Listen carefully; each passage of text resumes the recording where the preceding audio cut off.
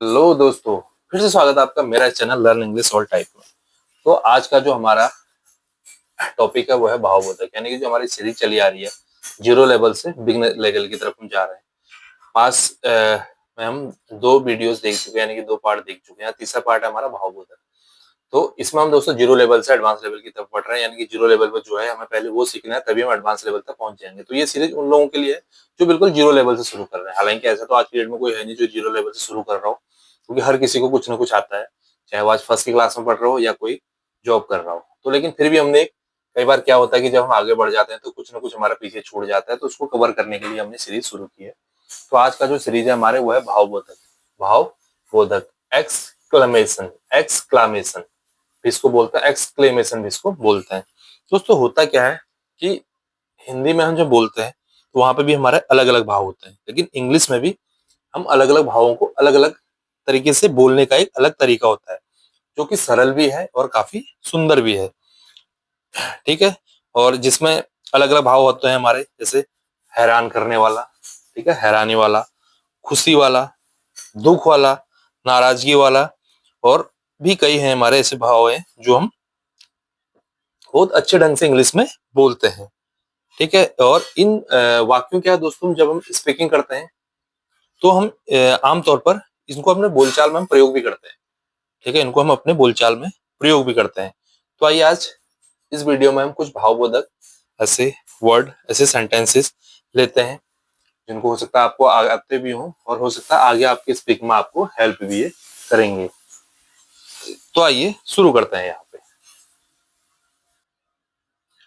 तो चलिए दोस्तों, अब हम जो भी भाव हमारे प्रकट होते हैं हिंदी में भी, उनको हम इंग्लिश में बनाने का प्रयास करते हैं। यानी कई बार आपने इंग्लिश में तो सुना होगा, लेकिन हो सकता है कि आपको उसका हिंदी मीनिंग ना आता हो। तो पहले हम हिंदी में लिखेंगे, फिर इंग्लिश में लिखेंगे, फिर हिंदी, फिर इंग्लिश। तो आइए हम पहले, सबसे पहले हम जो आज यूज कर रहे हैं, जो हमारा भाव है, सबसे पहले होता है वाह। ठीक है, ये आपने बहुत बार सुना होगा, वाह, वाह, वाह। वैसे वाह जब बोलते हैं ना, वाह कई बार तो मैं एक बार ही बोलता हूँ, लेकिन कई बार इसको हम दो बार ही बोलते हैं, वाह, वाह। ठीक है। तो इंग्लिश में एक इसका बहुत ही अच्छा वर्ड है इसके लिए, मार्वलस। ठीक है, मार्वलस, मार्वलस। ठीक है, मार्वलस, VELLOUS। ठीक है, MARVELLOUS, मार्वलस। आपने दोस्तों बहुत बार सुना होगा मार्वलस, बट हो सकता है आपको इसके हिंदी मीनिंग ना बताओ। वाह, जैसे किसी ने कुछ अच्छा कर दिया, कहीं क्रिकेट खेल रहा है आप, किसी ने बहुत अच्छा कर दिया, किसी के पढ़ाई में अच्छे नंबर आ गए, तो आप मार्वलस भी बोल सकते हैं। जरूरी नहीं कि हर बार आपको गुड या इसी से बोलना, आप मार्वलस भी इसको बोल सकते हैं। अगला है दोस्तों शाबाश। शाबाश भी हम हिंदी में, हमारा कॉमन वर्ड है ये, शाबाश जब हम बोलते हैं, लेकिन इंग्लिश में इसको हम बोलते हैं वेल डन। क्या बोलते हैं? Well done. इंग्लिश में हम इसको बोलते हैं वेल, WELL, वेल डन। ये भी आपने सुना होगा, वेल डन। तो अक्सर हमको इसका मीनिंग पता नहीं होता, शाबाश को इंग्लिश में क्या बोलते हैं, तो इसको हम बोलते हैं वेल डन। तो किसी ने अगर बहुत अच्छा काम कर दिया तो आपको वहां पे मार्वलस भी बोल सकते हैं, वाह। आप उसको वेल डन भी बोल सकते हैं, शाबाश। ठीक है। एक अगला हम देखते हैं दोस्तों, हिंदी में होता है अति सुंदर। अति सुंदर, अति सुंदर।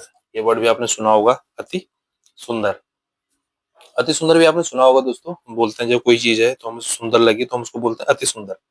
तो इंग्लिश में इसके लिए आपको पता ही होगा, इसे ब्यूटीफुल, ब्यूटीफुल, ब्यूटीफुल। ठीक है। हालांकि जब हम नॉर्मल सुंदर भी बोलते हैं तब भी हम ब्यूटीफुल बोलते हैं, बट अगर आप हिंदी में अति सुंदर बोलेंगे तो उसको और अच्छा लगेगा। एक भाव और प्रकट होता है दोस्तों, अरे। अरे अक्सर हमारे मुंह से निकल जाता है, जैसे कुछ एकदम से हम कुछ और करना चाहें, कुछ और हो जाए, या हम कुछ और देखना चाहें, सामने वाला कुछ और कर दे, तो हमारे मुंह से हिंदी में निकलता है अरे, ऐसे निकलता है अरे। ठीक है। तो लेकिन उसका इंग्लिश में मीनिंग है हे। उसका हिंदी में मीनिंग है हे। ठीक है, हे। तो जैसे हम अगर, लेकिन इंग्लिश में आपने बहुत कम सुना होगा हे, कोई बोलता नहीं है अरे, लेकिन ओह जरूर बोलते हैं इसको। ठीक है, ओह जरूर सुना होगा आपने। ठीक है। अब अगला है पांचवा, वाह। वाह के लिए देखिए दोस्तों, एक मार्वलस वर्ड भी आया है। ठीक है, लेकिन वाह के लिए एक और आएगा। ठीक है, जब वाव, वाव, ये भी आपने सुना होगा। जब आपके मुंह से निकलता है कई बार मार्वलस, कई बार आपके मुंह से कोई अच्छा निकल जाता है, आपके मुंह से निकलता है वाव, वंडरफुल भी निकलता है पीछे से, लेकिन वाव हमेशा पहले निकलता है। ठीक है। और कई बार हम बोलते हैं दोस्तों हे राम। ठीक है, मेरे बाल अलग अलग भाव होते हैं, ये भाव कभी भी हमारे उसमें मुंह से निकल सकता है। ठीक है, हे राम यानी कि हम किसको याद कर रहे हैं, गॉड को याद कर रहे हैं, तो हम ये भी बोल सकते हैं ओ गॉड। ठीक है, इसका हिंदी में है ओ गॉड। ठीक है, और एक कई बार हम हिंदी में बोलते हैं जैसे आपने तो कमाल कर दिया। ठीक है, आपने तो कमाल कर दिया, आपने तो कमाल कर दिया। इसका मीनिंग सोचिए आप, आपने तो कमाल कर दिया। ठीक है, इसको हम बोलते हैं उसको वंडरफुल, जैसे मैंने अभी बताया था आपको, वंडरफुल। क्या बोलते हैं इसको, वंडरफुल। आपने तो कमाल कर दिया यानी कि वंडरफुल। कई बार हम ये एक साथ ही बोल देते हैं वाव वंडरफुल, यानी वाव तो वाह, वंडरफुल वहां पे हो गया ना, वाव वंडरफुल मतलब हो गया वाह आपने तो कमाल कर दिया, तो ये हमें उसको सेंस होता है वाव वंडरफुल। ठीक है, आठवां एक होता है दोस्तों बेशक, ये आपने जो बहुत बार सुना होगा बेशक। ठीक है, यानी कि हिंदी में इसका और वर्ड भी है निसंदेह। जैसे आपने बोल दिया आप खाना खा रहे हो, जैसे किसी ने आपसे पूछा मैं खाना खा सकता हूँ, आपने बोल दिया निसंदेह खा सकते हो, कोई संदेह नहीं है आपको, बिल्कुल खा सकते, बेशक खा सकते हो। तो इसको ये एक वर्ड है ऑफ कोर्स। ठीक है, ऑफ कोर्स, ऑफ कोर्स। दोस्तों इंग्लिश में जब इसको लिखते हैं ना, कई बार मैंने देखा हुआ है कि इसको ना बहुत सारे स्टूडेंट एक साथ लिख देते हैं ऑफ कोर्स को, लेकिन ऑफ के बाद हमेशा स्पेस है फिर कोर्स है। लेकिन जब हम इसको इंग्लिश में बोलते हैं ना ऑफ कोर्स, आपने बहुत कम सुना होगा ऑफ कोर्स, तो वहां पे जो हमारा बीच का स्पेस है वो साइलेंट बिल्कुल हट जाता है ऑफ कोर्स, एकदम से हमारा जो टंग है वो चलती रहती है। ऑफ कोर्स ऐसे नहीं बोलता, of course, of course, of course. इसका भी प्रोनाउंसिएशन है जहाँ पे हम टंग हमारा रुकनी चाहिए, शुद्ध पूरा हमारा फिनिश होना चाहिए ऑफ कोर्स। ठीक है, अब अगला है दोस्तों ईश्वर का हम धन्यवाद करते हैं कई बार। ठीक है, ईश्वर का हम धन्यवाद करते हैं, ये तो आपको पता ही होगा। ईश्वर का हम धन्यवाद कर रहे हैं तो क्या बोलते हैं, थैंक गॉड। ठीक है, ईश्वर का जब हम धन्यवाद करते हैं तो हम बोलते हैं थैंक गॉड। कई बार हम जब कोई मुसीबत में होते हैं तो या हमें कोई बहुत ज्यादा उम्मीद होती है, तो वहां पे जैसे हमारा काम हो जाता है या हम मुसीबत से बाहर आ जाते हैं, तो वहां पे हम इसको यूज करते हैं थैंक गॉड। वहां पे हम हमेशा भगवान को यूज करते हैं।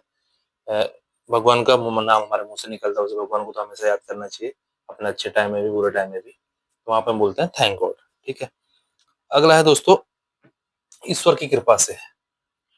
अगला है ईश्वर की कृपा से। चलो इसको हम अगले उसमें देखते हैं। अब हम यहाँ से ले लेते हैं, 10वां है अगला ईश्वर की कृपा से। ईश्वर की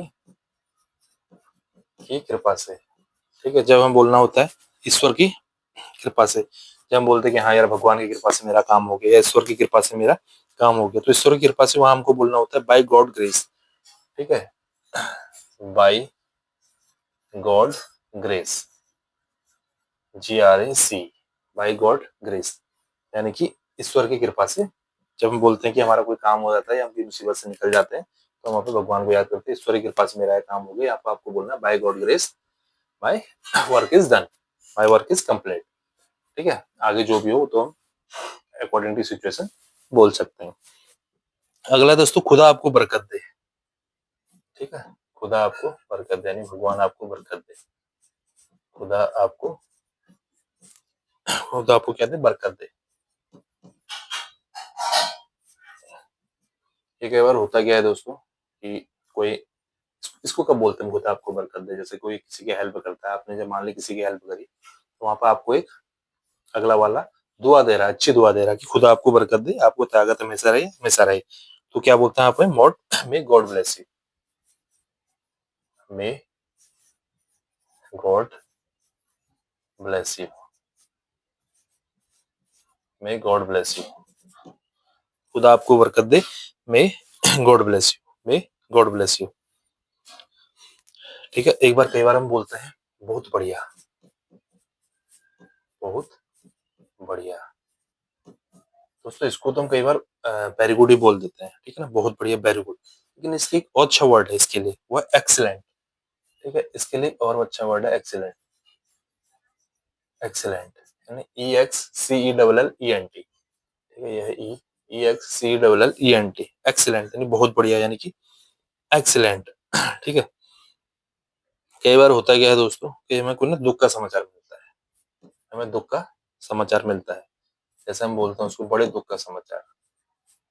ठीक है, बड़े दुख का समाचार। एक बार होता है, ये लाइफ है, यहाँ पे अच्छी बुरी खबर सब सुनने को मिलती है, तो बड़े दुख का समाचार, तो वहाँ पे इंग्लिश में बोलते हैं हाउस सैड। वहाँ पे हम इंग्लिश में बोलते हैं हाउस सैड, बड़े दुख का समाचार, वहाँ पे इंग्लिश में बोलते हैं हाउ सैड। ठीक है, अगला देखते हैं दोस्तों,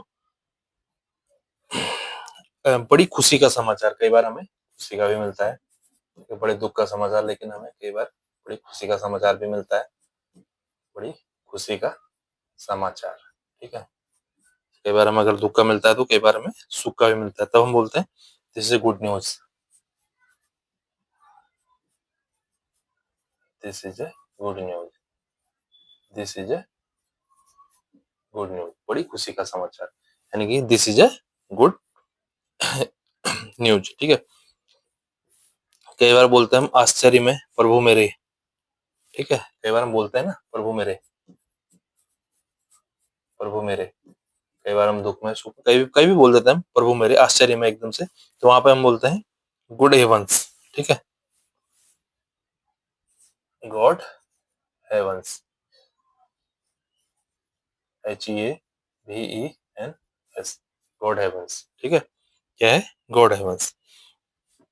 कई बार हम बोलते हैं इसको फटाफट करिए, ये आपने बड़ा सुना होगा, फटाफट करिए, ये आपने बड़ा सुना होगा, चाहे कुछ भी काम करते हैं तो हम वो बोलते हैं फटाफट करिए, तो वहां पे क्या होता है, hurry up, hurry up, hurry up. लेकिन दोस्तों अगर खाली आप हरी अप बोलेंगे ना, तो एक थोड़ा सा पोलाइट नहीं होगा, कि आपने रिस्पेक्ट नहीं करी है, तो आप उसके साथ प्लीज ही बोल सकते हैं पीछे से, हरी अप प्लीज। आप किसी को कह रहे हैं फटाफट करिए, लेकिन आप रिस्पेक्ट के साथ ही बोल रहे हैं, तो आपको हमेशा प्लीज लगाना चाहिए, आपसे छोटा हो या बड़ा हो, आपको थोड़ा इंग्लिश में रिस्पेक्ट भी दिखानी है, तो आपको हमेशा बोलना है हरी अप प्लीज, हमेशा आपको क्या बोलना है, हरी अप प्लीज। ठीक है, कई बार होता है दोस्तों कितने अपमान की बात है, जैसे कोई कुछ बोल देता है, हम बोलते हैं कितने अपमान की बात है। ठीक है, कितने अपमान की बात है, कितने अपमान की बात है। ठीक है, कोई आपको जैसे सपोज कोई हमसे छोटा है, लेकिन वो हमें कुछ बोल देता है, तो अगला हमें बोलता है कि नहीं यार इसने गलत बोला, बहुत अपमान की बात है, कितना अपमान की बात है, तो यहाँ पे बोलते हैं हाउ डिसग्रेसफुल। ठीक है, यहाँ इसको हम बोलते हैं हाउ डिसग्रेसफुल,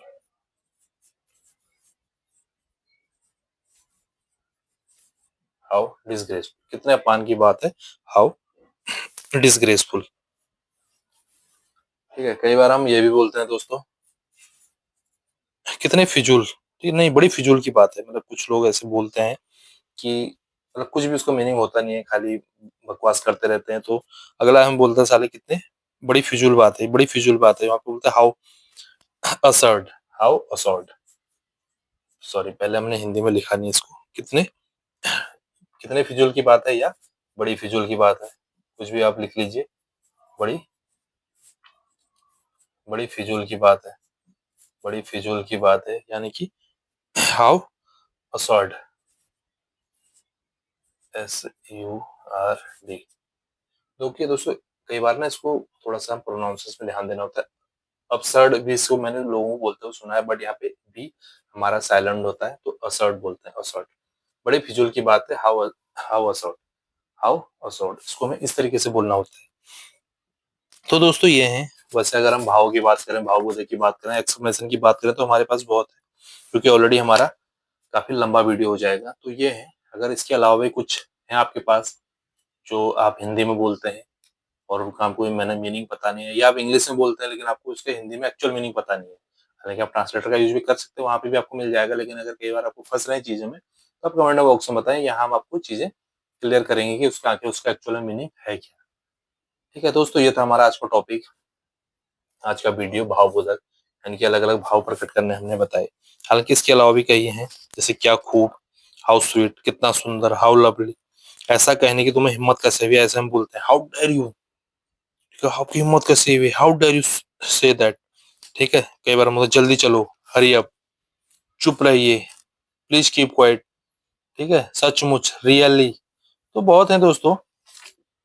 तो अगले वीडियो में मतलब ये भाव तो हम बताते रहेंगे, कई बार भी हमारे सेंटेंसेस यहाँ पे राइटिंग में आ जाएगा, स्पीकिंग में आ जाएगा, कहीं पे भी हम इसको बता सकते हैं, कहीं भी हम इसको एक्सप्लेन कर सकते हैं। तो ये था आज का हमारा वीडियो, जो कि हमारे जो अभी सीरीज चली, नई सीरीज, जीरो लेवल से एडवांस लेवल की तरफ, यानी कि बिगिनर लेवल से एडवांस लेवल की तरफ, जिसमें हम हर चीजें क्लियर करेंगे। हालांकि कुछ इंपॉर्टेंट हमने देख लिया, हालांकि इसके अलावा भी बहुत सारे भाव प्रकट हैं जो कि अनलिमिटेड है, हम ये कह सकते हैं अनलिमिटेड है, भाव अलग अलग है, अलग अलग हम बोलते हैं, अलग अलग सिचुएशन में हम बोलते हैं।